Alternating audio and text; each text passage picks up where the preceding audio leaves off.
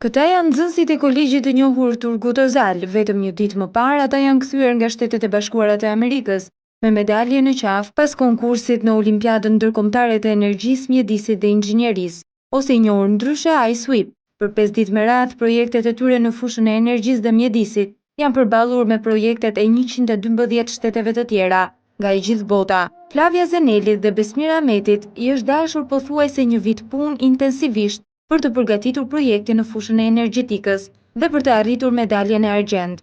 Nuk e pristim të merrim medalje dhe na gëzoi shumë ky çmim. Projekti jon ka qenë për termoizolimin e ambienteve të mbyllura.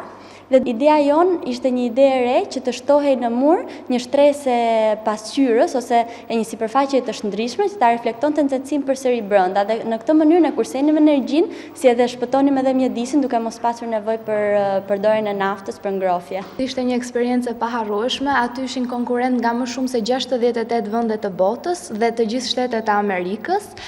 Ishin njerëz shumë të mirësjellshëm, gjetëm shumë shoqëri të re atje. Kjo eksperiencë na dha edhe besimin më të madh që në të ardhmen të bëjmë projekte akoma më të mira dhe në olimpiada akoma më të rëndësishme dhe shpresojmë që t'i arrijmë dhe të bëjmë një ndryshim të vërtetë për botën. Ndërsa për konkurrentët e projektit në fushën e mjedisit, kjo olimpiadë ka qenë mjaft e vështirë, por mbreslënse. Pas këtij çmimi ata pretendojnë të marrin pjesë në olimpiadat e tjera me të njëjtin projekt, por të ripunuar. Konkursi ishte mjaft i vështirë. Neve në të vërtetë nuk e prisim të merrim medalje, por me sa duket, atyre i është dukur një projekt i mirë, edhe na vlerësuan me këtë medalje. Përveç konkursit, vizituam shumë vende turistike dhe shkencore, siç muze shkencor, qendrën e NASA-s. Projekti ynë shërben për parandaluar një rrezik tepër madh për mjedisin tonë, siç është plastika.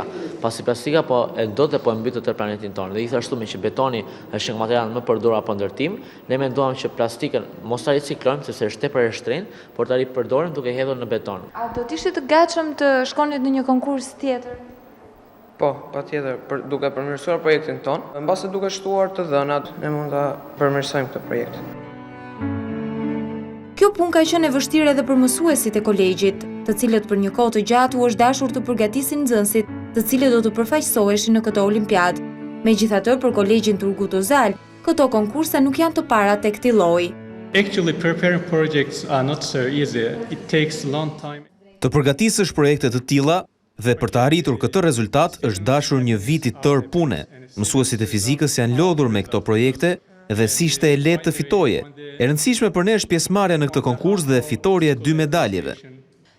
Për të ngritur këto projekte ka pasur nevojë për përgatitje të mëparshme, për ide dhe njohuri. Ishte e vështirë, por eksperjenca ime 5-vjeçare më lehtësoi punën.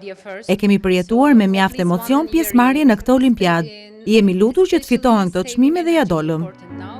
Por kjo olimpiadë nuk është e vetmja, edhe 2 nxënës të tjerë kanë konkuruar në Azerbajxhan në një tjetër konkurs. Ideja e këtij projekti shetur rreth para një viti, megjithatë puna intensive ka filluar para 6 muajsh. Fituam medaljen e argjendit pra vendin e dytë në kategorinë tonë. Neve ishim përfaqësuesit e vetëm nga Shqipëria, nuk ishte vetëm një përfaqësim nga ana shkencore, por kishte një përfaqësim edhe nga ana kulturore.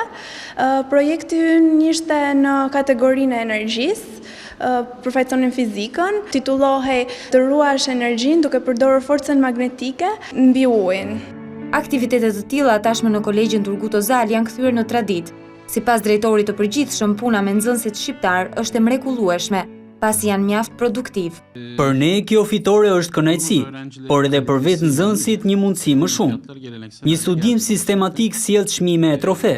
Unë jam drejtues i ri në kolegjin Turgut Özal, por ajo që kam vënë re është se nxënësit shqiptar janë mjaft të përgatitur dhe krijues. Përveç medaljeve, nxënësit kanë përfituar edhe bursa studimi.